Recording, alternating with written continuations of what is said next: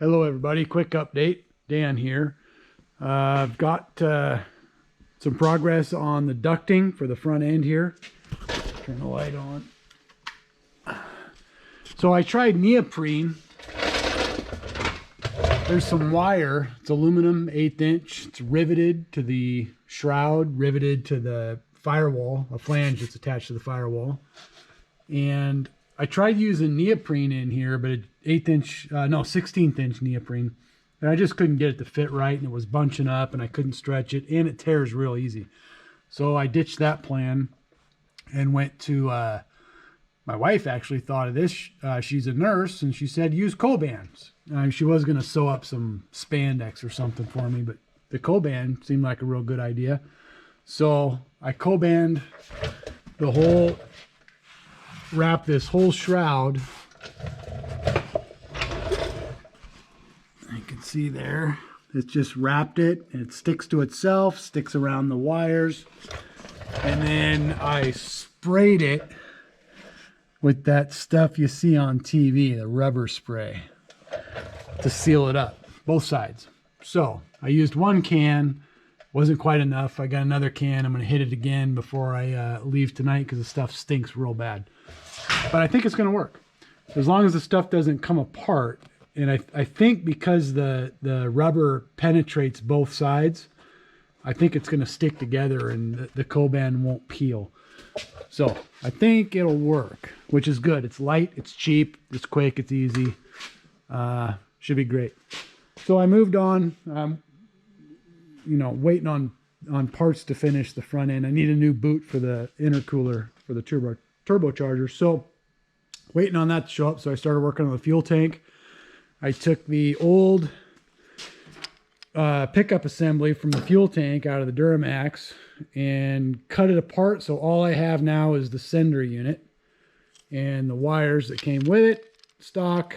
I bent the rod so that it matches the shape of this tank, or the depth of this tank, and use the stock electrical connections. So the stock harness is going to plug into it. Made a little disc here. It drops in predictably like that. And now the filler neck, I got it screwed down, but same thing on the filler neck. Put riv nuts, 1032 riv nuts into the tank. And same over here. This is going to be suction for the heater as a backup. So I'm going to have a separate tank for the furnace, like an S-bar or whatever type coolant heater. So that'll be the pickup for that in case of an emergency. I don't want to suck out of this tank to heat the cab, but if you have to, you can. And it was already there, so no big deal. This is going to be the vent for the tank. It runs alongside this up to the stock filler neck assembly. I'll show you that. So the next thing I got to do on the fuel tank is just flip it over and put in I'm going to put in a square sump with my my fittings. There it is.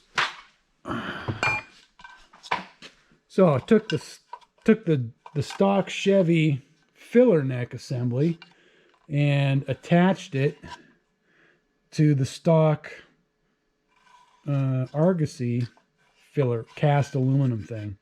I think that worked out pretty good. So I'm trying to use as many of the stock parts as possible to make it work. Speaking of stock parts, so here's the down pipe for the exhaust. That part goes to the tailpipe. That used to go to the turbocharger exhaust, so I cut it off, played around with welding on it, then cut the disc, or the flange part that would go into the turbocharger.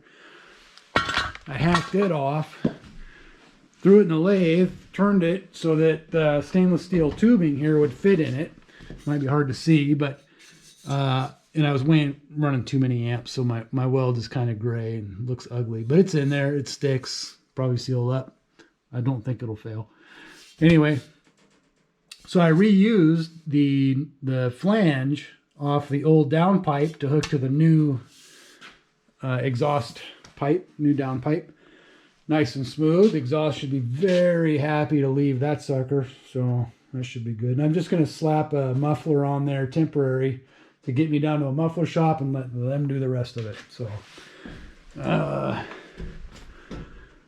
up in here, I've got some new fittings on the AC core because I got to get this hooked up and the heater core hooked up before I turn the engine on, which is coming up pretty soon. So took it down to a Inland Pacific hose, and they did some modifications to it, to the air conditioning. Oh, it's the evaporator, I believe. And then I've got this condenser unit here. He brazed on some AN fittings for me, so now I can run normal hoses instead of the crap Chevy puts on here, some kind of snap together junk. So somehow I got to fit that in there. Haven't figured that out yet. And then the other parts for the AC. So I got to get the compressor hooked up and coolant. Coolant's fine down at the radiator. I just need to hook it up to the heater core. And I'm probably going to add another heater core over on the passenger side for hillbilly dual climate control. So, but that's coming soon. So I get fuel, stick it in the back, put the fuel pump assembly in, run it forward, hook up the electrical, instrument cluster, wiring harness, all that, and I should be able to fire it up and hopefully drive it out of here and just see what breaks. So thanks, bye.